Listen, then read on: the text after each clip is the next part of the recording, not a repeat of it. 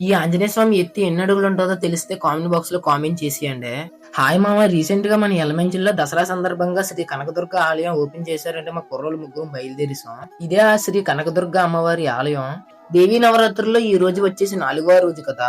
దుర్గాదేవిని ఈ రోజు శ్రీ కాత్యాయని దేవి స్వరూపంగా పూజిస్తారు. కాత్యాయని అంటే బలాన్ని, శక్తిని సూచిస్తుందని అర్థం.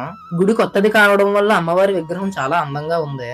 అక్కడి నుంచి బయలుదేరి రీసెంట్ గా రిలీజ్ అయిన పవన్ కళ్యాణ్ బాబు ఓజీ మూవీ బాగుందంటే మా కుర్రోళ్ళు ముగ్గురు సినిమాలకి అయితే బయలుదేరిసాం. ఓజీ మూవీకి 3 టికెట్లు తీసుకొని సినిమా హాల్లోనికి అయితే వెళ్ళాం. హాల్ వచ్చేసి అస్సలు ఖాళీ లేదు. పవన్ కళ్యాణ్ అంటే ఆ మాత్రం ఉంటది. అన్న స్క్రీన్ మీద వాడిన కత్తితో రక్తపాతం సృష్టించాడు. ఈ ఎలివేషన్ అయితే ఫ్యాన్స్ అందరికి ఫుల్ మీల్సే. మూవీ వచ్చేసి లాస్ట్ దాకా ఫుల్ హైప్ ఉంటది. ఒక్క ముక్కలో చెప్పాలంటే ఓజీ మూవీ బ్లాక్ బస్టర్ మామ. మూవీ చూసి ఇంటికి వెళ్లే దారిలో శ్రీ వెంకటేశ్వర స్వామి మండపంలో ఆ దుర్గాదేవి కలకల్లాడుతూ చాలా అందంగా కనబడుతుంది. మీరు కూడా ఓజీ మూవీ చూసినట్టయితే ఎస్ అని కామెంట్ చేయండి. డే 5 వీడియోలో కలుద్దాం. అంతవరకు బాయ్.